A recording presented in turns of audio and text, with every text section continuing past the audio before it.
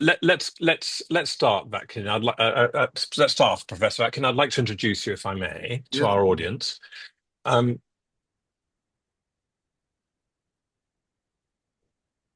Would you like me to introduce welcome. myself? That might be shorter. I have prepared something, Oh, right. and so I'd like to do it, if I may. Yes, of Um, course. um, I'm recording this for a podcast for the Frontline Club, which is titled "The Psychology of the Powerful and How We Can Cope with the Chaos and How Journalists Might Better Report on It." I've known Professor Sam Vaknin for several years now, and I'm very excited that he has agreed to be interviewed today for the Frontline Club podcast. Sam Vaknin has done many things in his life. He's been a governmental advisor. He's made important academic contributions in physics. He's a writer and has worked as a journalist for many years. We share an interest in the Balkans. I feel that Sam is best known for his published works on personality disorders. In 1999, Sam published a book titled Malignant Self-Love, Narcissism Revisited. The very language we use today to describe narcissism was brought to us by Professor Vaknin.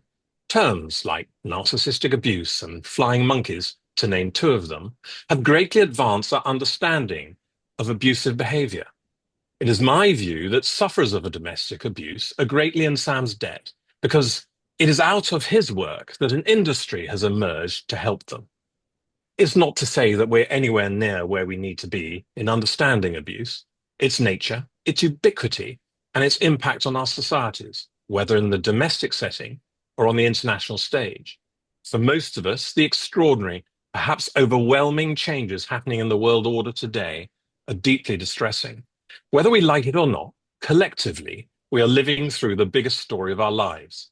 I feel that something is being done to us, and it makes me feel powerless and manipulated. In my trade, journalism, I see a struggle to properly explain what is going on. To do so, surely we need to better understand the psychology of the people making these changes, and perhaps of ourselves for acquiescing to them.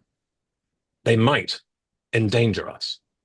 And this is why I'm speaking to Professor Sam Vaknin today. Sam, thank you very much for seeing us.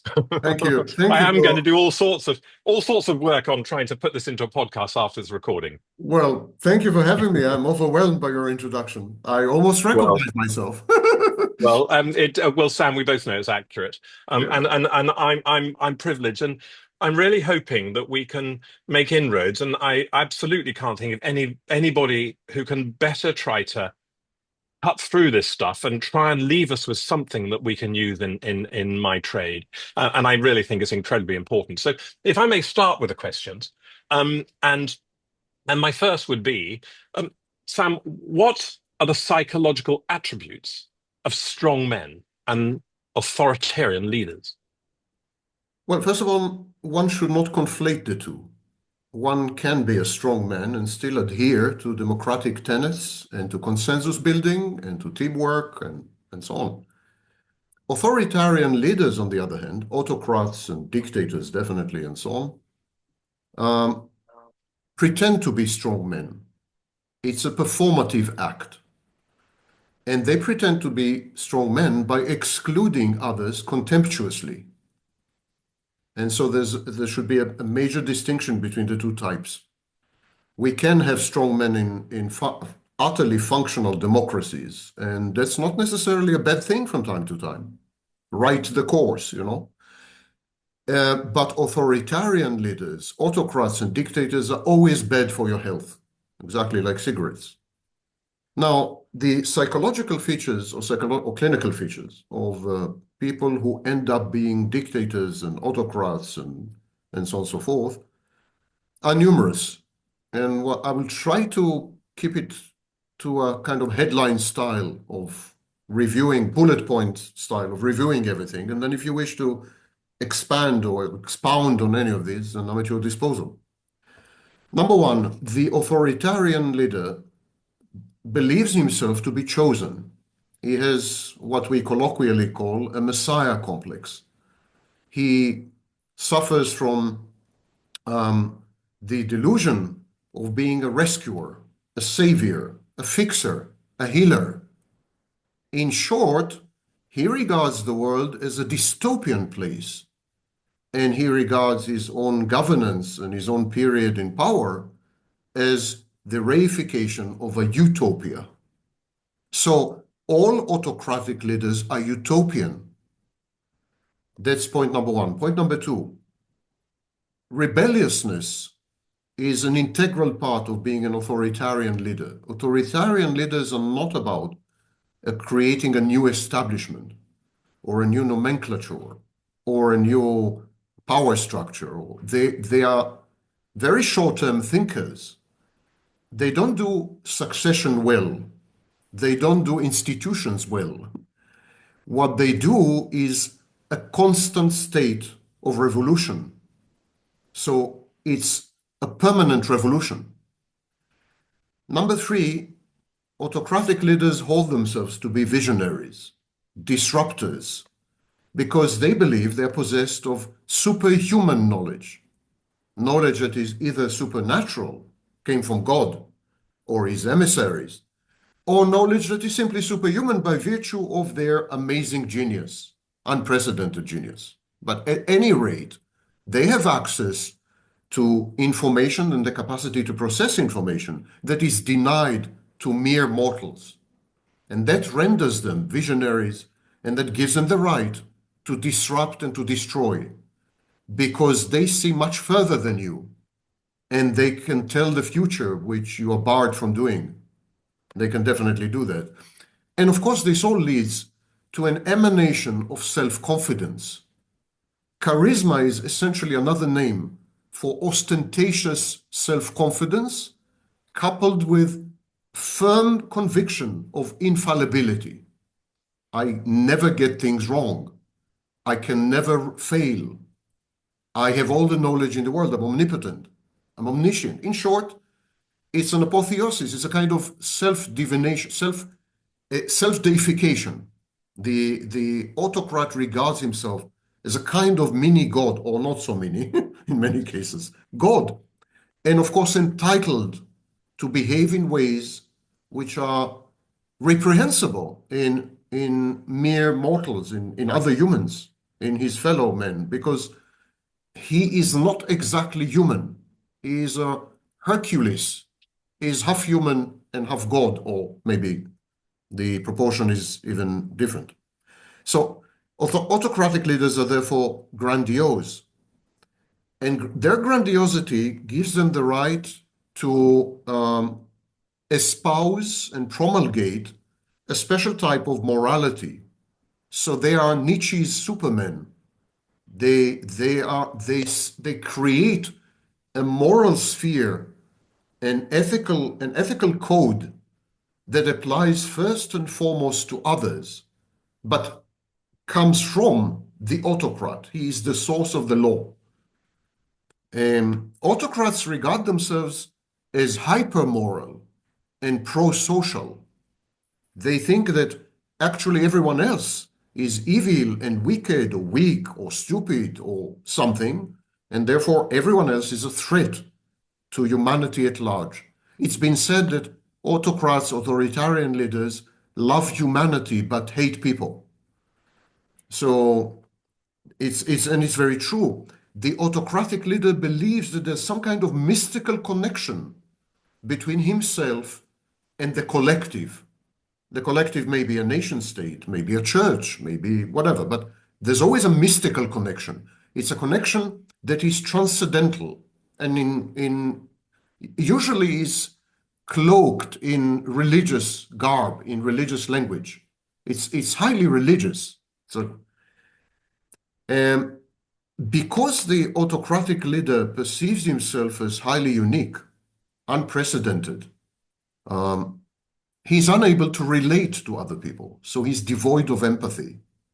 He's devoid of empathy, and he's solipsistic. His reality testing is impaired.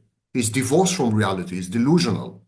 But I think a common mistake that is made even in literature is that this solipsism, this delusionality, this disempathy is not the outcome necessarily of pathological narcissism or psychopathy, but it's the outcome of a narrative that places the autocratic leader in the vanguard of a new species. So he's like the next stage in evolution. He's taking people to Mars. You know, he's no longer with us on this planet. He's divorced from us. He has divorced us, and he's creating his own tribe. And consequently, of course, he's unable to relate to us. The same way you as a human being can't really relate to the internal world of a dog or a cat. It would be difficult. No matter how endowed you are and how much effort you put into it, you're very likely to fail. You're bound to fail, actually. Because the autocratic leader sets himself or herself apart, it's mostly himself, by the way. The vast majority of authoritarian and autocratic leaders throughout history have been men. That may change or may be changing now with, feminism and so on. And we did have already a few examples of authoritarian or autocratic women leaders, most recently in Bangladesh and, India, Pakistan, you name it. And so the autocratic leader, having set himself apart from humanity, so I would even say in contradistinction to humanity, like I as a leader I am everything a typical human being is not. I am everything a human being is not. I am much more intelligent. I am much more powerful. I am much more of everything, and quantity becomes quality. I'm qualitatively different as an autocratic leader from the led. I am not the same. The common denominator is very small and perhaps only biological. So having put himself, pedestalized himself, having idolized himself, this creates a lot of paranoia because the autocratic leader is aware that such self-elevation may generate or engender resentment and bitterness and envy, especially envy, and even anger and so on. So the more the autocratic leader deifies himself, idolizes himself, the more paranoid he becomes because he realizes the backlash is inevitable. It's a matter of time. So people like that develop what we call referential ideation. Referential ideation is when they believe that everyone is criticizing them, hates them, mocks them. Everyone is mocking them. Everyone is hating on them, and so on and so forth. They become very, very defensive, and they externalize aggression. They become more and more and more aggressive because they attribute or actually misattribute to other people hatred, their own emotions. They project, they attribute to other people the hatred that they feel, the envy that preoccupies them, the rage that is driving them. They attribute all these to other people, and then the environment becomes a hostile, dangerous place. So referential ideation leads to hypervigilance, the constant monitoring, constant scanning of the environment for imminent risks, imminent attacks, and so on. Frustration leads to aggression and paranoia. All of them end up being paranoid. It's a question of time. To cope with all this turmoil, increasing inner tumult, what the leader does, he uses what we call infantile defense mechanisms. I mentioned projection. I might as well mention splitting. Splitting is when the leader says, I'm all good, everyone else is all bad. Splitting is black and white thinking. It's also known as dichotomous thinking. There's a dichotomy. I am all good, I'm all moral, I'm all superior, I'm all intelligent, I'm all knowing, I'm all, and everyone else, even my closest, nearest, dearest kin, assistants, supporters, acolytes, sycophants, fans, followers, they're all inferior to me and inferior by negation. They're everything I'm not. So I'm all good, they're all bad. They conspire against me If they could, they would have taken me down. They would have taken me down. There's a lot of paranoia there. And so splitting is another example of primitive defense mechanism. Ultimately, if I had to summarize, which I know, to cut a long story short is a bit too late, but if I were to put it in a nutshell, if I were to summarize, I would say that the autocratic leader is an inverted human being. And I'll explain what I mean. Mm. While normal, relatively healthy, functional people have a conscious and an unconscious. And the unconscious is a cesspool, honestly speaking. It contains all the repressed urges and drives, socially unacceptable behaviors, thoughts that are highly unpleasant or uncomfortable, ego dystonic.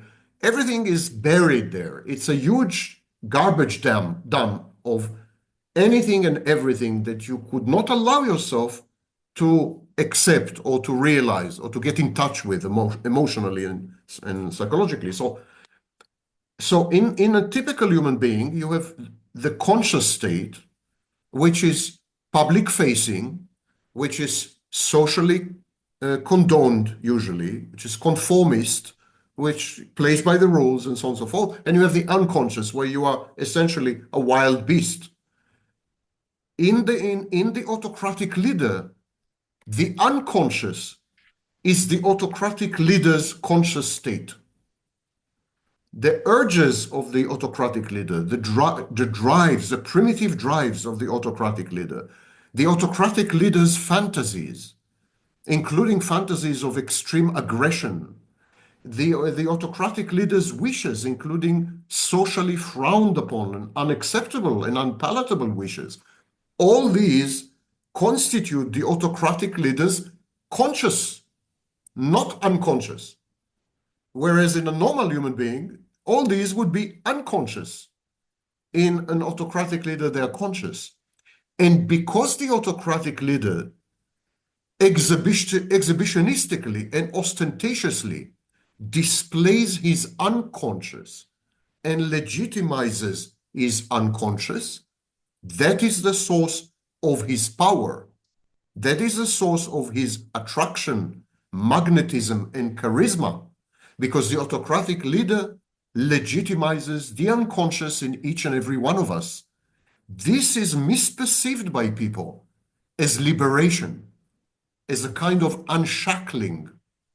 Now they can give voice and expression to the hiddenmost urges and drives and wishes and fantasies, even fantasies and wishes and drives and urges that involve hurting and harming other people, either individually or as collectives. So this legitimization of the unconscious is the true source of energy and power of the autocratic leader.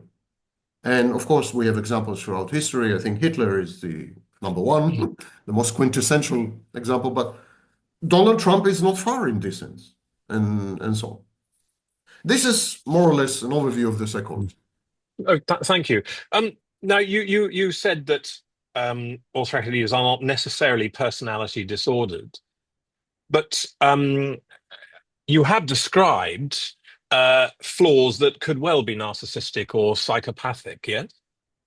Probably because we have no access to these people. They rarely attend therapy. They would never subject themselves to any medical diagnostic procedures. But probably the overwhelming vast majority of these people are psychopathic narcissists, malignant, or what Otto Kernberg calls malignant narcissists. Malignant narcissism is a combination of clinical narcissism, clinical psychopathy, and clinical sadism. Whereas dark personalities, such as dark triad personalities, are subclinical. So dark triad personalities are much more common than clinical personalities, luckily for all of us. And dark triad personalities are simply, to be honest, a-holes. That's what they are. They're a bit Machiavellian, they're a bit psychopathic and defiant and a bit narcissistic and self-interested, and they're a bit of everything, but they don't amount to the disorders. Whereas these leaders that I've just described, whose psychology I've just described, definitely, in my view, could be diagnosed one and all with malignant, at the very minimum, malignant narcissism, and possibly with outright psychopathy. You know. Mm. Um, do autocrats, are they inclined to surround themselves with similarly dysfunctional people? I mean, if we use, the current US administration, there's been a lot of concern about some of the president's selection of his people, his team. Um, do these people collectivize? Well, someone with this personality profile would tend to surround himself with two types of people, basically. Mm, Like-minded people, mm, um, and these people could be like-minded because they are submissive or opportunistic, or both, typically both. Submissive people are opportunistic. Submissive people control from the bottom. Submissive people use their neediness and dependency and clinging in order to manipulate other people. mm, And so there's many submissive people and very few um, not mirror images, actually, reflections of the autocratic leader. So autocratic leaders would tend to flock together. They would tend to aggregate. They would tend to collaborate. They would tend to cross-adulate. They would adulate each other. They would tend to enhance each other, and by enhancing each other, self-enhance. This is a process known as co-idealization. I'll discuss it later if we come to it. And so, and the reason for this is double. First of all, predators in nature tend to collaborate in order to prey on the vulnerable and on the weak. It's just a fact of nature. It's almost biological. But I think there's another reason. Deep inside, these people suspect that they're completely bonkers. They suspect that they're insane. And they need other people to tell them that they're not. And so if Trump suspects deep inside when he's all alone in his bathroom, he says to himself, "Oh my God, I'm a serious nutcase, you know." Luckily, no one realizes. But the minute after he talks to Putin, he feels good because, they are both identical, they are twins. And so then I'm not alone. And I'm not alone means I'm normal. Statistically, even, normalcy is a statistical yardstick. So if there are many of me, if there are many clones of me, that means I'm okay. Nothing's wrong with me. There is this need for normalcy. And Harvey Cleckley, the famous theoretician of psychopathy, called it in the 1940s the mask of sanity. These people need to put on a mask of sanity, and it helps if there are other people who are very much like them and help them to sustain the delusion, the self-delusion, self-deception that they're normal, nothing's wrong with them. So at that point, there is a mechanism called alloplastic defense. Um, the minute you tell yourself, nothing's wrong with me, but people keep telling me that something's wrong with me, so that proves that something is wrong with them.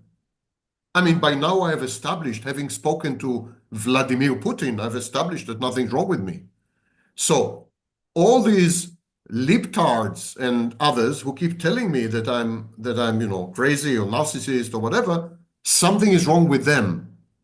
And that is known as an alloplastic defense. So it also is also helpful. This confluence of like-minded autocratic leaders is also, this club actually, is also helpful in creating the ability to project and blame others for everything that's wrong and so on, to scapegoat basically other people. It fulfills So, many so, functions. so in effect, a state administration or a state's collective leadership could be pathologically narcissistic or corruptly autocratic. What I'm quite keen to understand is whether there's a cyclical dynamic between these types of administrations. You've mentioned Hitler's Germany. Um, is there something happening? And it leads me on to the next question, really, about perhaps there's a pattern happening here that perhaps we really should understand. But um, it's about the psychological dynamics involved in the relationship between this charismatic autocrat and his administration and his base, and whether it has a repeating nature that we should be careful of. Yes, the relationship between an autocratic leader and the collective that he leads, he or she leads, well, it's a he in most cases, leads, this relationship is utterly deterministic. It's predetermined. It's like predestination, Calvinistic predestination. There's nothing the leader can do about it. Exactly like the shared fantasy in the interpersonal relationships of narcissists. The shared fantasy is inexorable. It has a power of its own and it overpowers the narcissist. That's why Freud called it repetition compulsion. It's a compulsion. The relationship between the authoritarian leader and the led people, the nation state or the church or a corporation, by the way. You could have an authoritarian autocratic leader as a chief executive officer. I mean, ask any of Elon Musk's employees. So in all these settings where there is a collective and a leader of this type, there is an inexorable cycle. And a cycle has several stages. They're all well defined. They all follow each other deterministically. There's absolutely nothing the leader or the led can do about it. It starts with what is known as co-idealization. Co-idealization is when the purported leader, the person who wants to become such a leader, it's an early stage. It's a love bombing stage where the leader love bombs his base, his electorate, the voters, the citizens, the denizens of a place, the citizens of a nation, the employees in a company. There's a love bombing phase. During the love bombing phase, the leader idealizes his would-be flock or followers or acolytes or students, or he idealizes them. He tells them not only nothing is wrong with you, but everything is right with you. You can do no wrong. You're perfection reified. You're wonderful. You're amazing. You are the culmination and the apex of human evolution. You are an example to follow. Exceptionalism, yes? American exceptionalism. You're an example to follow, and so on. So the leader idealizes his potential voters or supporters or whatever, and they in turn idealize the leader. They say the leader is a genius. The leader is amazingly cunning. The leader is stunningly accomplished. The leader is, and the leader is. So there is dual idealization, and this is known as co-idealization. That's stage number one. Stage number two involves othering, alterity. It's when the leader says, you, my base, you're perfect. And you're perfect largely because I'm perfect. It is my perfection imbues you with perfection. My perfection radiates on you and renders you perfect. Okay, but only you and I are perfect. Everyone else is imperfect and probably malevolently so. Everyone else is a threat. Everyone else is a risk. So there is this figure of the other. And the other is not so much a human figure. It's more of a set of abstract principles.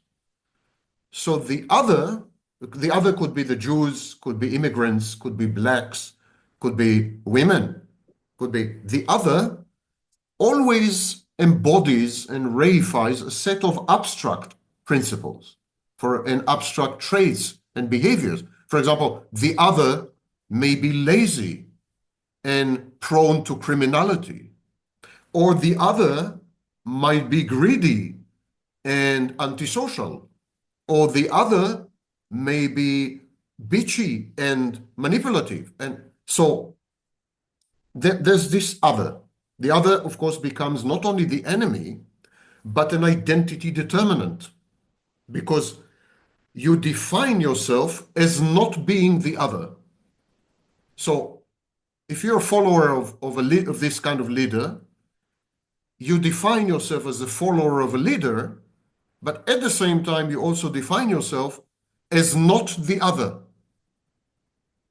Like if you're a white supremacist, you follow a leader and you follow the ideology and you identify with the ideology, and it constitutes a determinant and integral part of your identity. But you're also not black. A part of your identity is not being black. So we call this negative identity formation. The next stage is victimhood. The famous sociologist Bradley Campbell suggested that we have transitioned from the age of dignity to the age of victimhood. Everyone and his dog is a victim. There's a serious shortage of abusers because everyone is a victim, and now everyone is looking for abusers. It's the scarcest rare earth resource there is. So the minute you define yourself in contradistinction to the other becomes a threat, or at the very least, a potential threat. At that point, you're a victim, or at the very least, a potential victim. If things go out of hand or get out of hand, you will be victimized. So it's a kind of self-fulfilling prophecy, and people adopt a victimhood mentality. All the major autocratic regimes, authoritarian regimes in human history were victimhood movements. Nazism was a victimhood movement, of course. Germany has been victimized in the Versailles Treaty and so on. Donald Trump's movement, Trumpism, is a victimhood movement. The white male population has been victimized and abandoned and neglected in globalization and so on. You can't find, actually, even if you try very hard, you cannot find a single exception. All authoritarian movements are victimhood movements. So then everyone acquires a victimhood mentality, and victimhood mentality induces in people a sense of urgency. Because if you're a victim, there's paranoia, paranoid ideation, and if you don't emerge from this state of victimhood, you're likely to go extinct. So there is a sense of extinction, imminent extinction, Armageddon. When Donald Trump talks to his base, he keeps saying that the United States is ruined and destroyed and has been betrayed, and so on and so forth. And, if nothing's done about it, there'll be no United States. Similarly, he's telling Zelensky that if Zelensky doesn't hurry, there will be no Ukraine. The moment of urgency and imminent or immanent even extinction is a critical feature of authoritarian regimes. It serves to motivate the base or the followers or the believers, if you wish. It's a religion on the one hand. So it's a doomsday cult. Authoritarian regimes are death cults. They're doomsday cults, essentially. And then, of course, if you're about to go extinct, and this might happen any moment now, there's a sense of emergency or urgency, and you're a victim and so on, you would need to sacrifice. In order to emerge from this highly threatening state, a sacrifice is called for. So all these regimes are sacrificial. They couple sacrifice with hope. It's as if the message is, you're a victim. You're about to be exterminated and annihilated and eradicated and obliterated. Now, the only way to get out of this situation is for you to make sacrifices. The first sacrifice, of course, is you have to suspend your disbelief. You have to suspend your critical judgment, and you have to suspend your identity. This is the first sacrifice. But additional sacrifices are called for, including perhaps your life. So sacrifices are called for, but if you were to sacrifice, there's hope. Like hope is coupled with sacrifice in a totally fantastic narrative, in a paracosm. Now, during the Middle Ages, there was something called the morality play. The morality play involved an evil, wicked entity, usually the devil, and a totally good entity. And they would clash cosmically, if you wish, and then the good entity would win. That's a morality play. All authoritarian regimes are founded on a morality play. The authoritarian leader is the embodiment and reification of good. He's fighting evil, wicked forces, and he's calling on everyone to sacrifice in this holy war, jihad. It's a jihad. So he's calling on everyone to sacrifice because only then there is hope. I mentioned that the first sacrifice is self-suspension. You are not allowed to think critically. You're not allowed to have your own opinions. You're not allowed to deviate. Conformity is the rule of the day, and so on and so forth. There is a resonance between the psychopathologies of the leader and the psychopathologies of the population. Authoritarian autocratic leaders don't rise just like that. They cannot and never do impose themselves on a population that is otherwise inclined. That's nonsense. They absolutely reflect the population, are driven by the populace. They are the culmination and reification of the electorate. They are the people, and they hold themselves to be the people. So when you see Adolf Hitler, and Adolf Hitler is because the vast majority of Germans were Nazis. And when you see Vladimir Putin, it's because 80+% of Russians love him to death, to this very day. And if you see Donald Trump, it's because Americans have always been Donald Trump. Having been exposed to Europe for a while, they convince a small minority, a small elite, convinced itself that Americans can become civilized. They cannot. We can discuss the foundation of America, and I can tell you a few things how I see it, but I think Trump is the real American, not Barack Obama. It is Donald Trump who is the quintessence of the United States, in my view, having lived there as well. I lived in Russia, I lived in the States, I've lived in 15 countries. I have first-hand experience of all this. And finally, the autocratic or authoritarian leader is about destruction, never, ever about construction. Construction, building something, long-term establishment, institutions, they're boring. They are impersonal. They're imperfect. They are prone to corruption. And so building something is pedestrian. It's humdrum. It's boring. However, destroying something is great fun. In short, autocratic leaders are highly entertaining. They're entertainment figures. Even Adolf Hitler was a highly entertaining figure. He was the first to make use of technologies such as a microphone, or the airplane, or television, or radio, because he was basically a prime rate entertainer. So they're all entertainers, and they're entertainers who break things, who destroy things spectacularly, ostentatiously, visibly. And the first thing they destroy is the previous elites. So they're anti-elitist and anti-intellectual and anti-learning and anti-institutions. They're defined by negation, never positively. They never build anything. If you look at people like Adolf Hitler or even people like Joseph Stalin and Mao and so on and so forth, people say Joseph Stalin, he's the father of Soviet industry and the Soviet space program and Soviet nuclear weapons. All these would have happened without Joseph Stalin.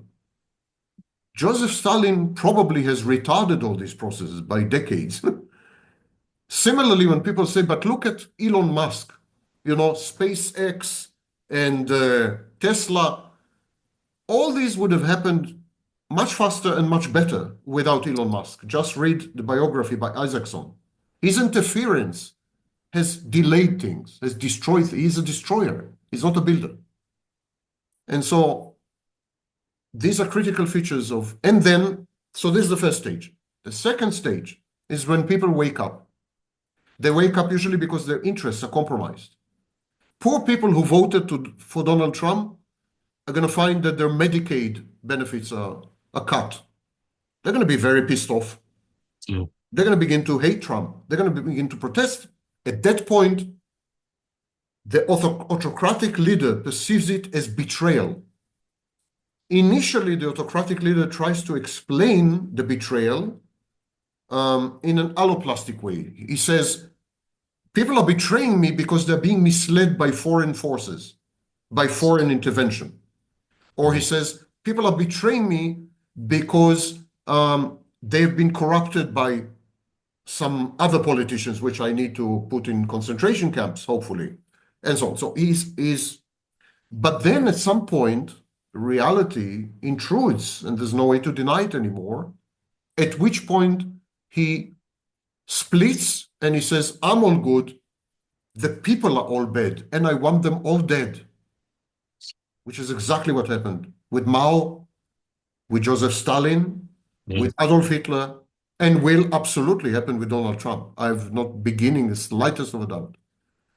At some point, the people become the enemy because they fail to see the fantastic uniqueness and the mystical cosmic significance of the leader, because they rebel, because they protest, because they suddenly reacquire critical thinking, because they disagree with the leader. At that point, they become the enemy. The leader becomes super hostile and does not hesitate to try to kill, millions and tens of millions if necessary. Mao's Cultural Revolution is a perfect example of that. When he developed the paranoid delusion that the Communist Party that he has helped to establish has turned against him. So what he did, he recruited 19 and 20 years old college students. Does it sound familiar? And he used these college students to subdue and kill smug intellectuals and bureaucrats. Very reminiscent of Doge, Elon Musk's Doge. Elon Musk's Doge is a reiteration or an iteration of the Cultural Revolution, Mao's Cultural Revolution. It ends super badly because the leader always comes to regard the people as truculent, rebellious, hateful, wicked, evil, and in need of eradication. Hitler's final wish was to destroy Germany. On the 30th of April, he made his will, his final will, and he gave instructions to destroy all the infrastructure of Germany and kill as many Germans as possible. They've let him down. Yes, I mean, I'm rather stark. Is there anything else that you can tell us about how things are likely to unfold? I mean, you've said before that these sort of people invariably end in failure, that they don't necessarily contain the ability to succeed, and ultimately things fail. Is that something we can be hopeful about, or will we suffer for that failure? It sounds like we're going to suffer for that failure. I think a critical lacuna, critical misunderstanding, even in scholarly literature, is that the ethos of the autocratic leader is about destroying himself and everyone around him and the people at large and the world, if possible, and the planet. It's as I said, a death cult. The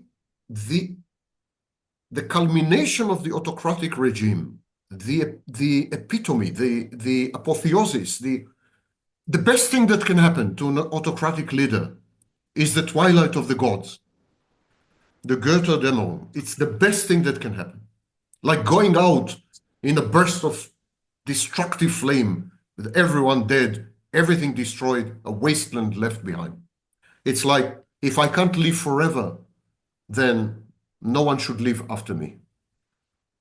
So the twilight of the gods coupled with the betrayal drama, I've been betrayed, is the reason, is the raison d'être, is the reason for the for the autocratic regime. It is the narrative that drives it forward inexorably. Autocratic regime is a religion. It has a mythology. It has hagiography. Already, Donald Trump is being compared to the second coming of Jesus Christ. I'm kidding you not. It has hagiography, mythology, personal mythology of the leader. It has temples. It has rites and rituals. It's a religion. It's a full-fledged religion. But it is a religion that is evil by choice, decadent, nihilistic, and it is performative. It's a smoke and mirrors thing. It's a spectacle, what Guy Debord called the spectacle. It's a spectacle. It's a theater. It's political theater. It's performative. And so there is a plot, there is a script, there is a narrative, a storyline. And the storyline always ends in this giant devastation, kind of atomic mushroom, if you wish, of like everyone goes out in flames, led again by the autocratic leader. So as to your question, it's not so much a failure. The autocratic leader drives everything to this point. Autocratic leaders during their reign, they amass fortunes, they bask in the celebrity, but all the time they conspire and they act to undermine and destroy everything, themselves included. This is where it's all going. This is the crux and the gist and the justification of this theater production. This is the story, you know?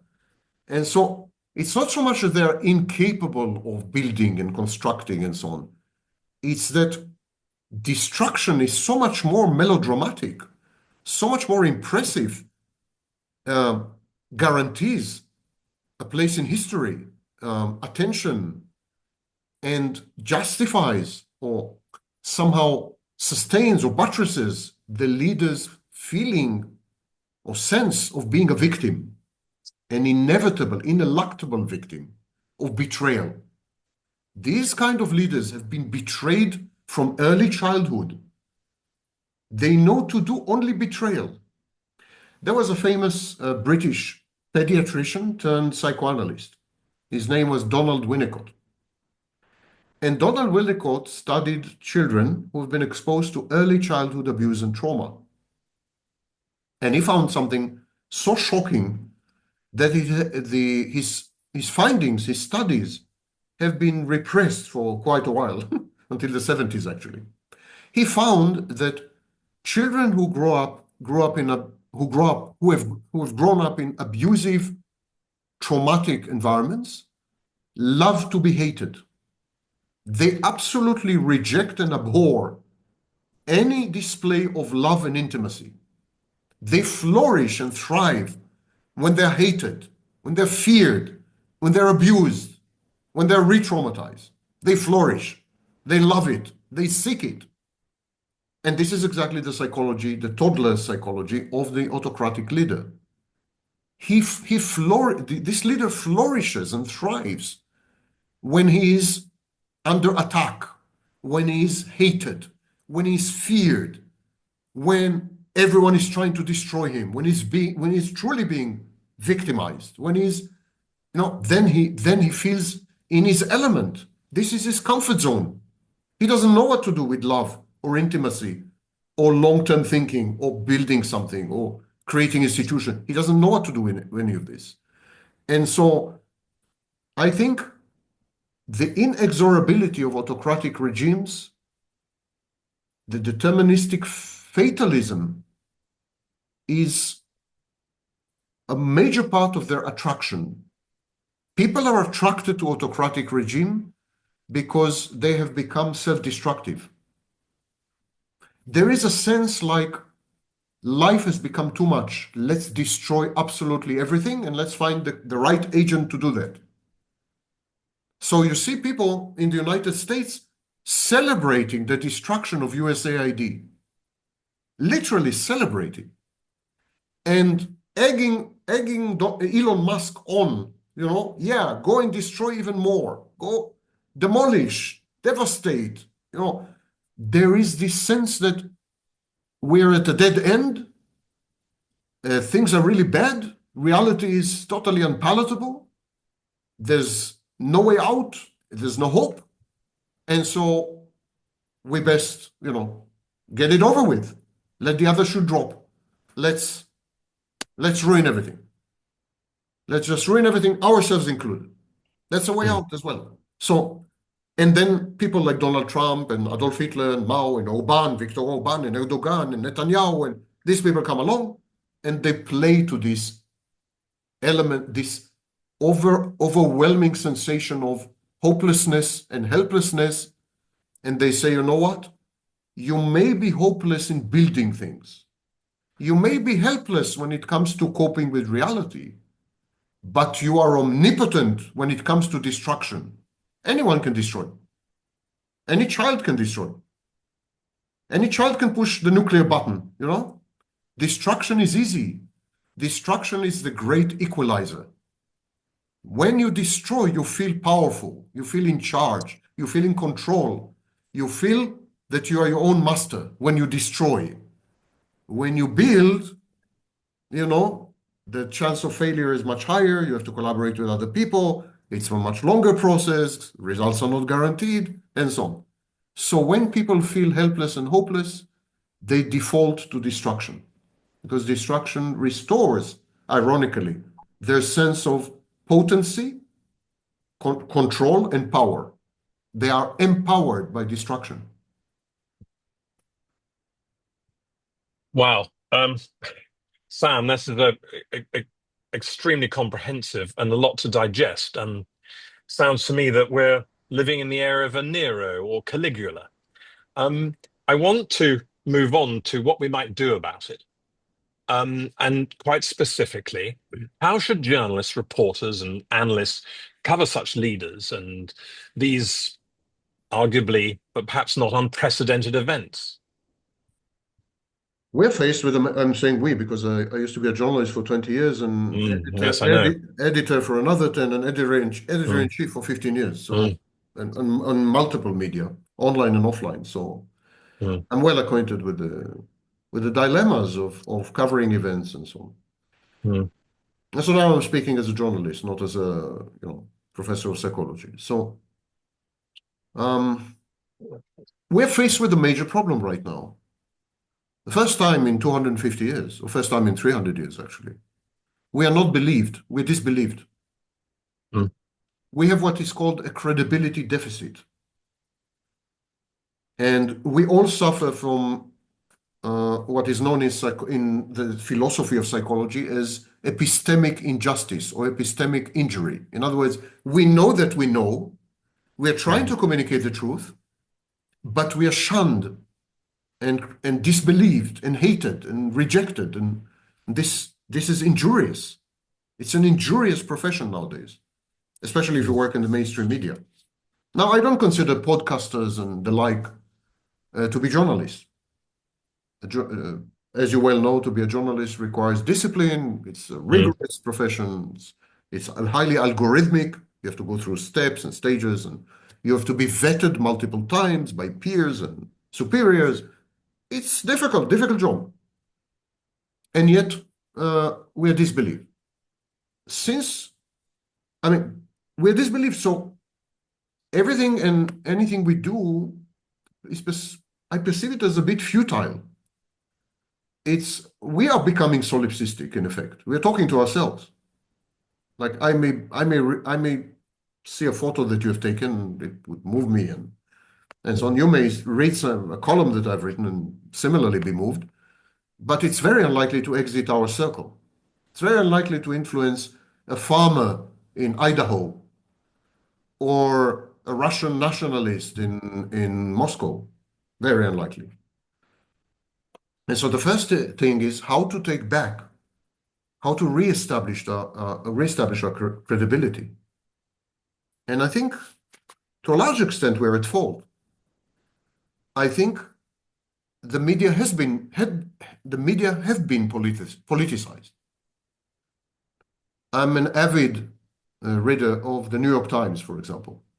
mm, But I know that even I have reached the conclusion that it is seriously biased. I know not to resort to the New York Times when I want real information about Israel. Mm. And don't misunderstand, I'm a critic of Israel. I think Yeah. horrendous war crimes have been committed in Gaza and elsewhere, and so on and so forth. It's not that I disagree with the view of the New York Times, but I can immediately spot the bias and Mm. the malpractice, in effect. Mm. So we are disbelieved because we've misbehaved and we've divided ourselves. Fox News is right wing, New York Times is left wing, and you're extremely unlikely to find opposing views on either of them, and so on. So I think the first thing is we need to decide whether we are conflictive or submissive. If we are collectively, if we are conflictive, if the ethos is an ethos of conflict, then we need to collaborate with networks of whistleblowers, grassroots investigators, which we tended to shun and hold in contempt erroneously. We need, in other words, to begin to work grassroots up. Right now, we are top down. We are like the representatives of the intellectual elite. We are filters, we're membranes. It's a wrong attitude. It's not going to work anymore because we are totally disbelieved. MSM is like dead. And so what we need to do, we need to start from scratch, from zero. We need to begin to collaborate with networks of regional and local wannabe investigative journalists. We need to work with whistleblowers, much more so than we do. We need actually to become the hub of whistleblowing. So we need to start a revolution which is grassroots, eschewing and forsaking our elitist kind of stature or posture, which has led us nowhere except to alienate our readership and viewership and, So this is the conflictive posture. The other option is to be submissive. Collectively submissive, that means we work only with insiders. We purvey and disseminate the official version. We collude and collaborate with narratives that are, and some media have decided to do that. Fox News, that I mentioned, Fox News, yeah. And New York Times when Obama was in power. So that's the first critical decision. If we are conflictive, we start from scratch. We create networks, grassroots networks, whistleblowers, and we start from zero. And we leverage all the digital media at our disposal. We become, if you wish, glorified podcasters with a lot more discipline and professionalism. So that's option number one. Option number two is that we kowtow and we bend the knee and we collaborate with and that will give us a lease on life, of course. So you collaborate with the regime funnels advertising and everything to you. Mm. One of the main instruments of autocratic regimes is advertising. Advertising budgets of governments are huge. And in a small media market, it means life or death. So if the government cuts you off from, for example, from auctions or tenders, public tenders, advertising for public tenders and so on, you're dead as a medium. So in small media markets, I think only the submissive posture is possible. Because also corporations in small media markets are afraid to advertise in opposition papers and opposition television networks. You're seeing this in the United States, which is a giant media market, where corporations are terrified of Donald Trump. The latest example is Facebook. Mm. So you need to make this choice. The second thing is, I think we have been confusing, all of us, mea culpa, all of us have been confusing for a very long time neutrality with objectivity. It's absolutely possible to be non-neutral, opinionated. It's absolutely possible to support certain values and value systems and yet be objective. It is possible, absolutely possible. And I'm not talking about gonzo journalism. Mm. I'm not talking about a mixture of fiction and non-fiction, your own personal biography. I'm talking about you could visibly and clearly make make it known where you stand on certain issues, and yet acquire a reputation for objective reporting. Mm.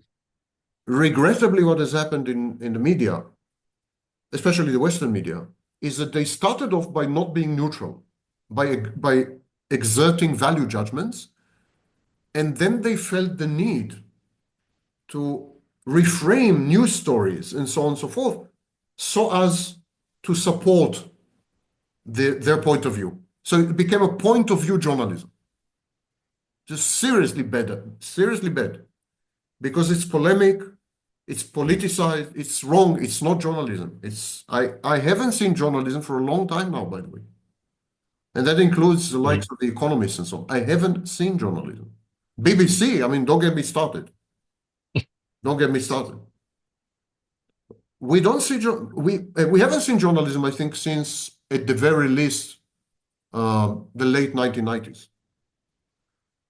And in a world that is polarized and politicized, and everyone, and very belligerent, and so on and so forth, there is a natural tendency to find shelter and sanctuary among your like-minded readers or viewers.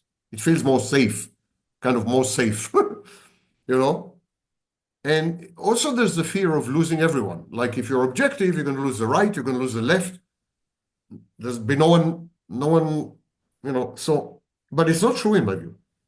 In my view, if you're neutral, if you're objective, and even if you're non-neutral, this would represent value, added value. People will gravitate towards something like that. Neutrality is immoral.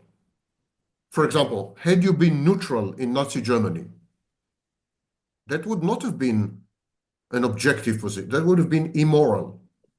Similarly, I consider it to be highly immoral to be neutral about Donald Trump. A Mm. highly immoral stance. You have to choose the truth at all times, but when you choose the truth, it means you're wedded. You are wedded to it. Wherever the evidence leads, even if you don't like where it leads, you're wedded to it.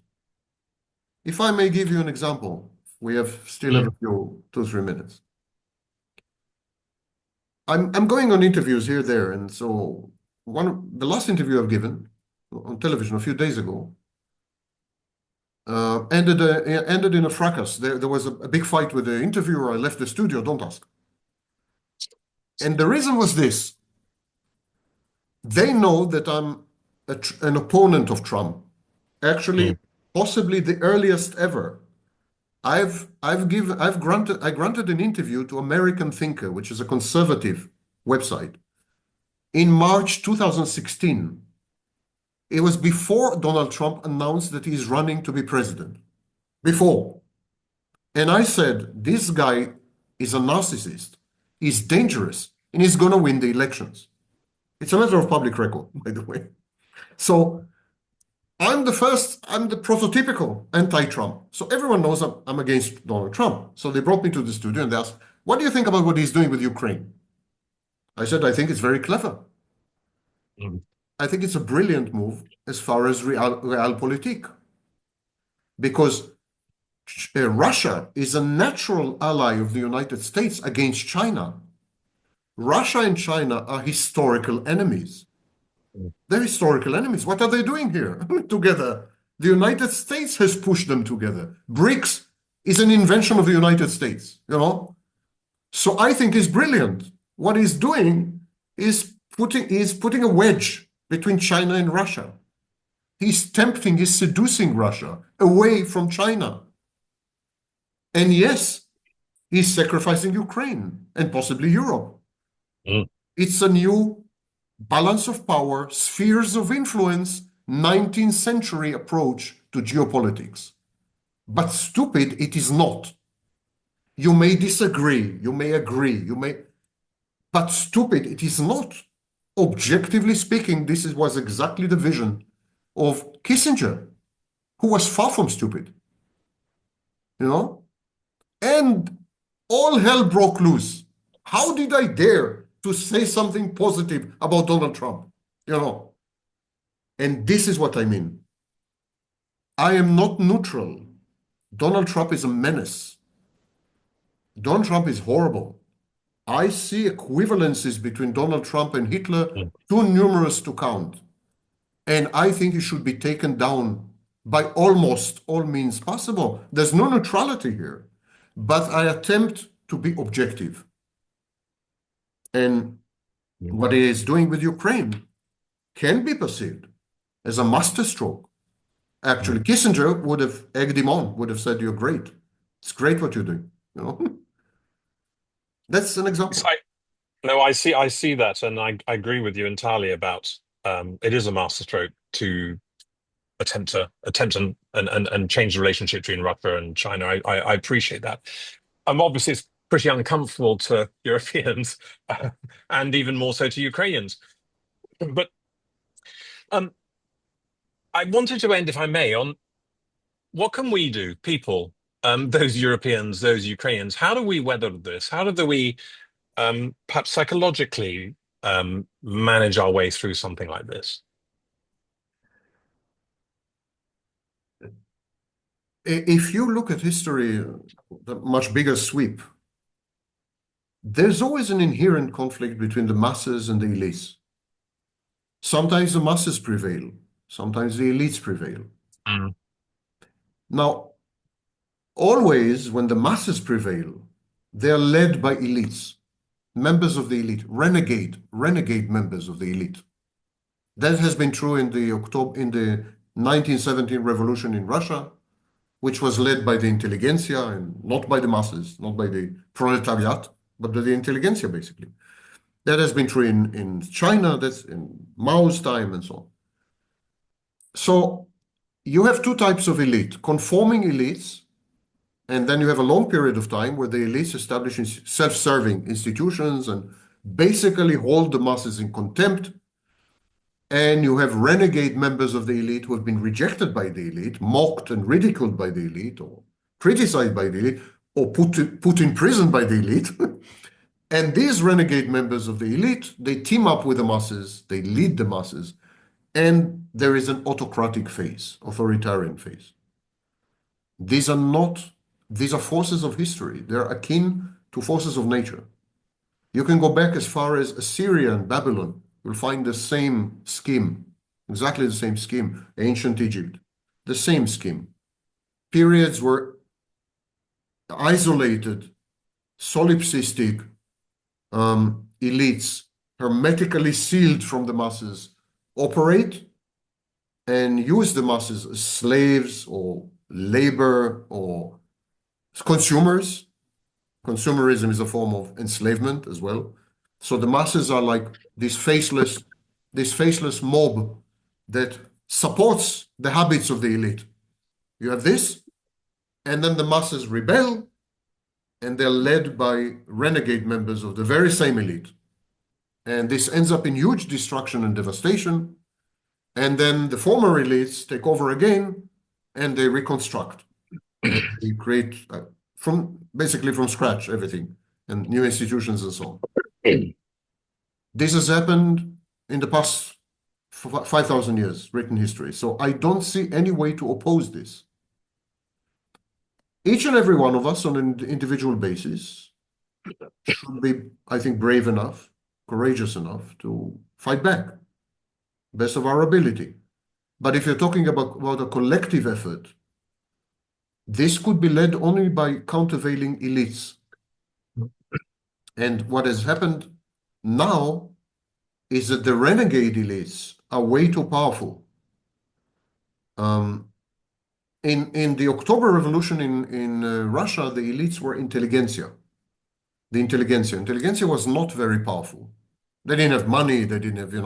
And so 7 years later, they've been all abolished, they've been all executed, and the masses really took over. Same happened in China.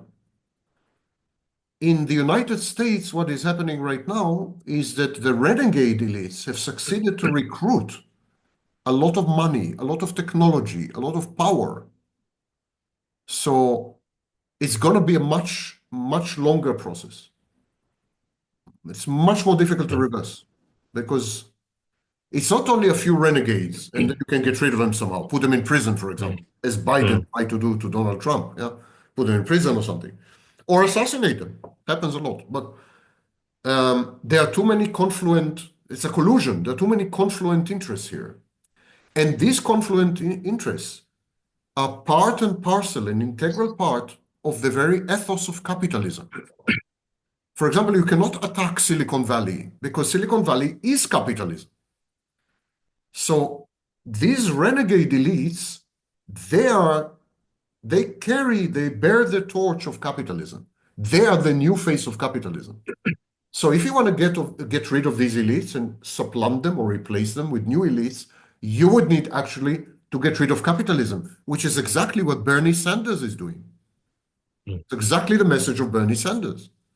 Sanders says, look where capitalism has brought us. We need to get rid of the whole edifice, you know? mm, And so maybe one day America would become Sweden, essentially a socialist country who likes to delude itself that it is capitalist.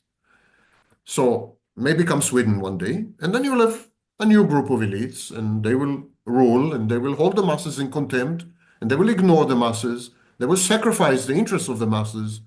The labor force will suffer, and then there will be another rebellion, and renegade members of the elite will take over, and their name will not be Trump, it will be Schmump. It doesn't matter. It's the same story over and over and mm. over again, and there's very little you can do about it, in my view. Sam, a final question. Um, do you feel that journalists, to be able to cope with this, need to have a better understanding of the psychology behind it? Do you feel that perhaps we should be looking at some sort of handbook for journalists to be able to communicate in ways that communicate some of these things better? Or do you think we're doing all right? I think you're doing all right. Journalists are sharp people. Mm, Journalists are very sharp. The profession attracts people who are uncannily able to penetrate the psychology of others, even mm, without any mhm, formal education, you know. I found journalists to be among the best psychologists. mm. So Interesting. a journalist picks up on the narcissistic vibes of Mm, Donald Trump. mm, A mm, journalist picks up on the utter Mad Hatter insanity of Elon Musk. mm, Any journalist does. All journalists do. Only some of them think these are assets. mm, The, mm, the, mm, the debate is not about the mental health of Donald Trump and Elon Musk. Everyone agrees, left, right, and center, that they are mad hatters. They are utterly demented. Only the far right and even the right, conservatives, religious people, and so on, they believe that these are assets. They believe that mm, they could leverage and harness this negative energy of insanity in order to get rid of the previous elites, the establishment, and the institutions that they've created.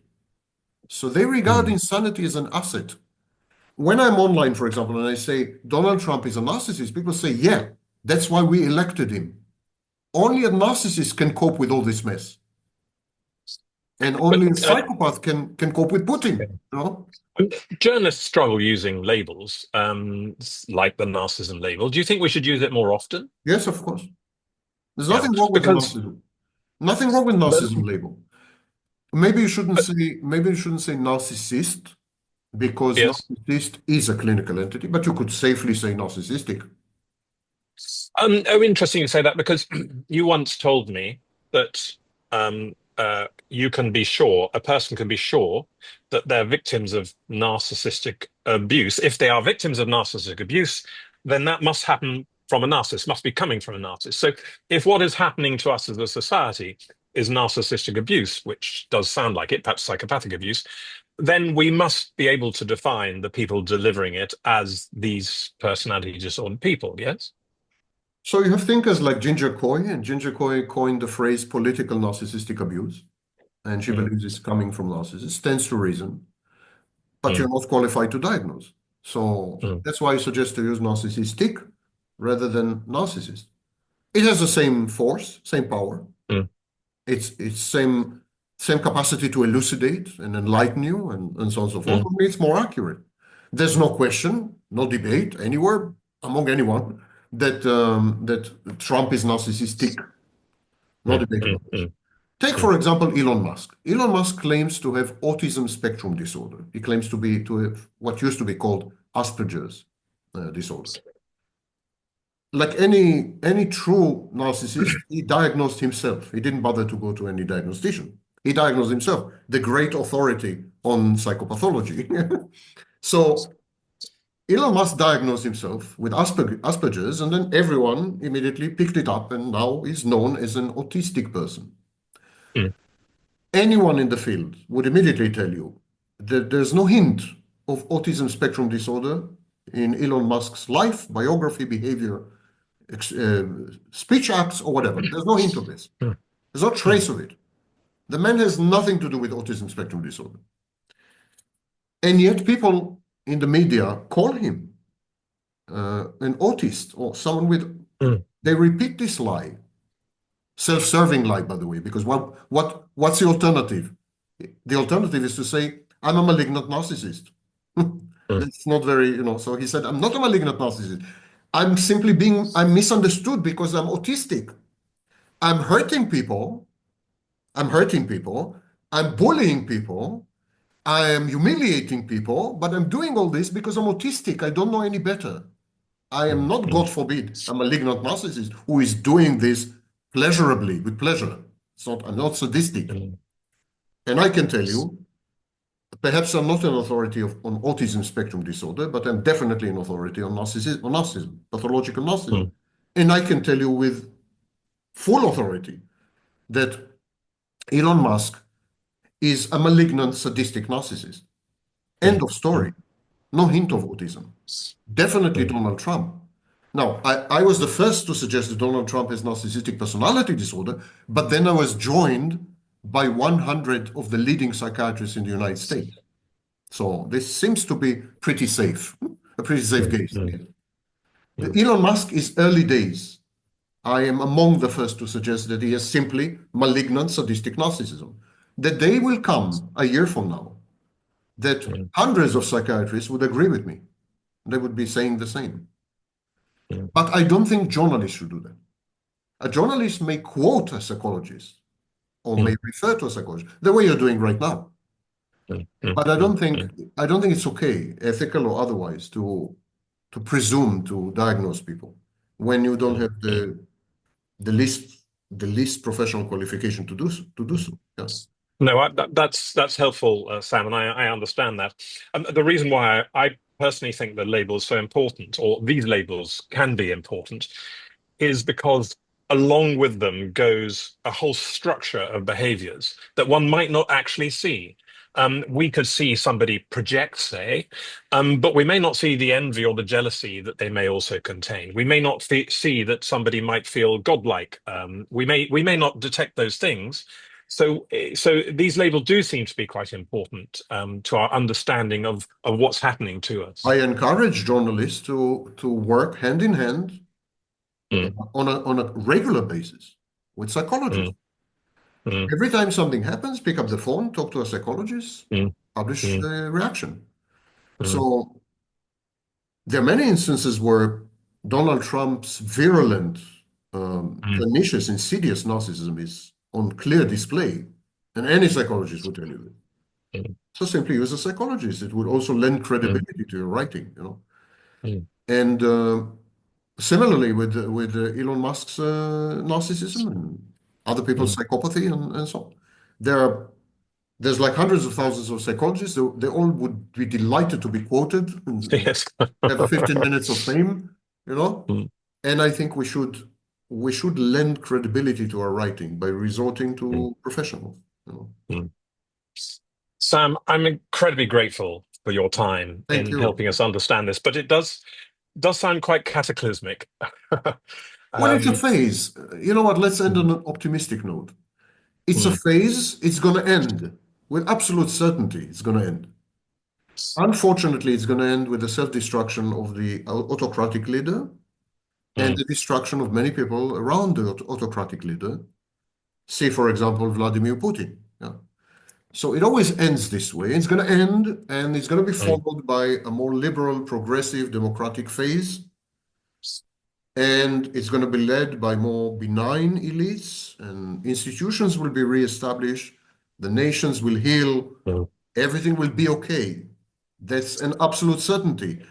The mm, problem is actually, I'm much more worried not about autocratic leaders or authoritarian leaders because they're transient phenomena. They mm, are symptoms of a malaise or a disease of the population that elects. mm, Hitler was elected, mm. legally, lawfully elected Absolutely. 4 times, Absolutely. voted into office four Mm, times. I mm, mean, so the problem is with the population, not with the leaders. Um, what I'm really worried about, if you ask me what happens after Donald Trump is gone? mm, Is gone, Trumpism is dead in the water, and the shambles of the United States are out there ready for reconstruction, like after the Civil War and so on. I'm afraid that the new elites will be as insulated, as contemptuous, as detached, as disempathic as the elites that have led to the emergence of Donald Trump and the elites that have led to the emergence of Vladimir Putin, actually, and of Mao and of mm. Stalin, and you name it. Is So, it, is this fundamentally then about the relationship between the personality disordered and the rest of us, and the inability of the rest of us to manage or perhaps even really understand this minority of people and cope with them? Is there any way that you can foresee that we may change that, or are we destined to have this cycle go on forever? Destined. And there was a guy by the name of Sander in Mm, 1989. He came up with the concept of shared fantasy. mm, I expanded his work and applied it to pathological narcissism, mm, but he deserves credit, not me. And the shared fantasy is simply a paracosm. It's an alternative reality mm, where you're safe, your dreams may come true, there's hope. Um, you are not accountable because all responsibilities and all decision making has been relegated to the leader. So you don't feel accountable, you never feel guilty, you never feel mm, ashamed because you never make a single decision or a single choice. You feel safe. In short, it's very reminiscent of the womb. It's a womb-like situation. It's uterine. It's like a matrix. So you are babyfied. You're infantilized. The autocratic leader comes to you and says, listen, having to make decisions, having to make choices, having to bear responsibility, having to feel guilty, having to feel having to feel ashamed, having to make mistakes. Why do you need all this? Let me take it away from you. And you don't need to think. You entertain yourself, have fun, know that you're safe. This is very reminiscent of the embryo in a womb or the mm, newborn baby with a mother. This is the shared fantasy. It is overpowering. It is the ultimate solution in times of uncertainty, indeterminacy, in times where everything is shaking, when nothing is safe, nothing is certain, where the future appears to be dystopian and threatening, menacing.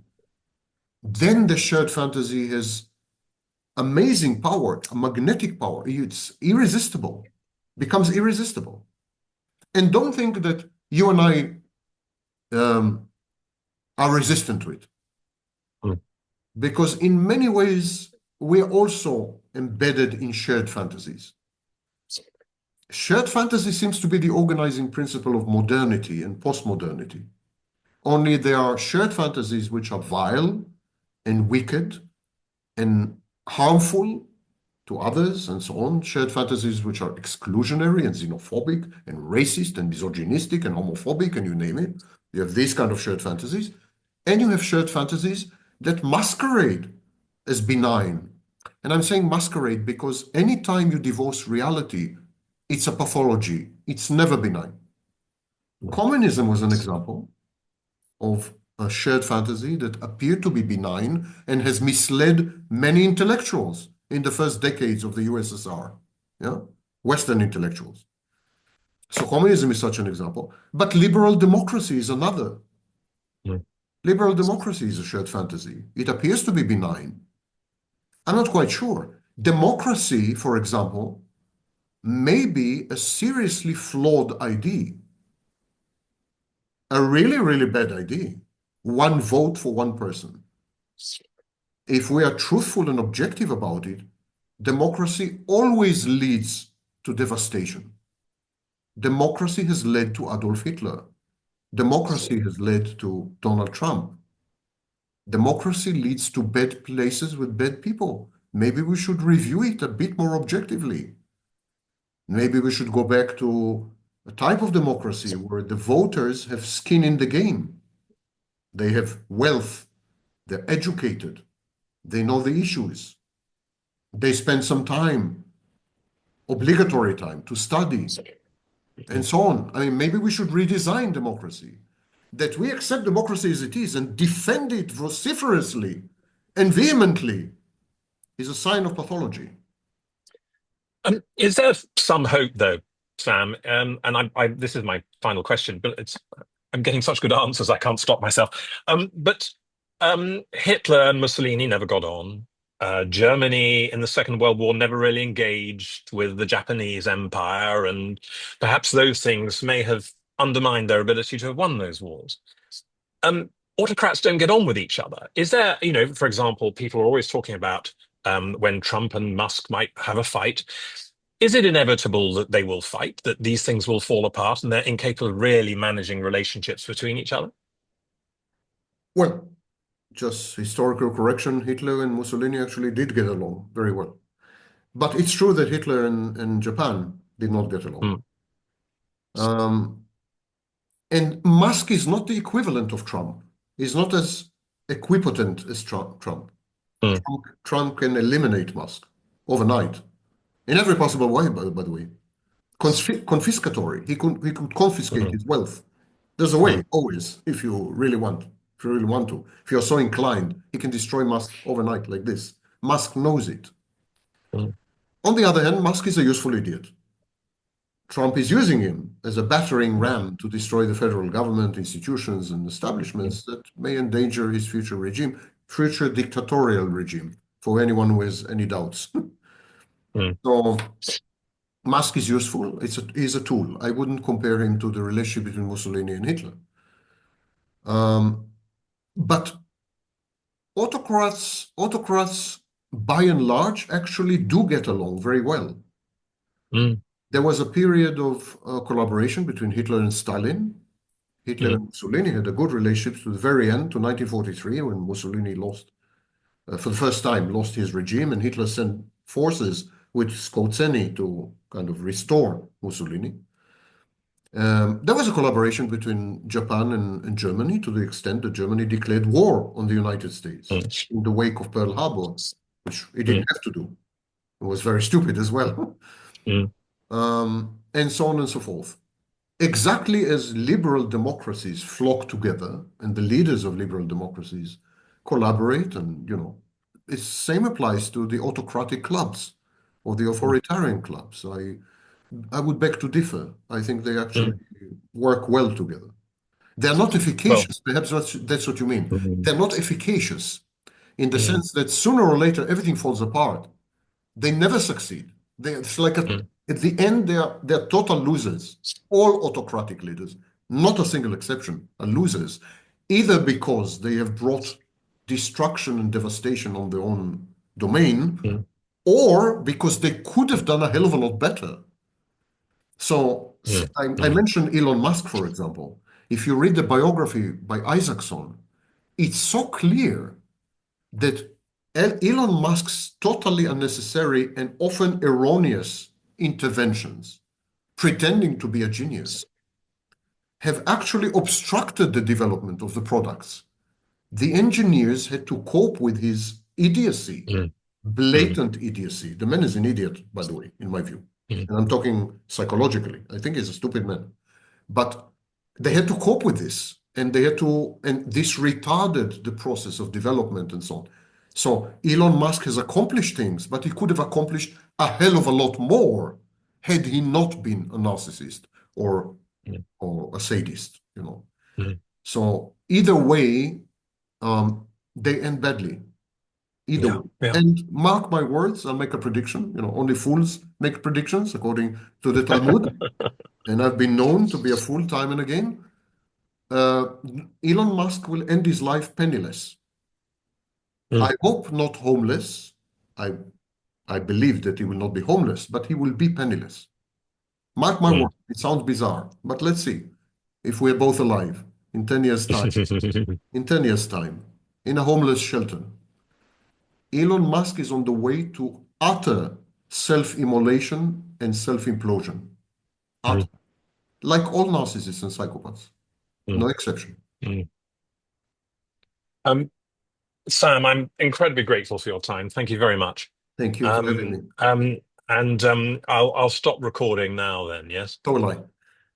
But we need to talk for a minute or two. Yeah.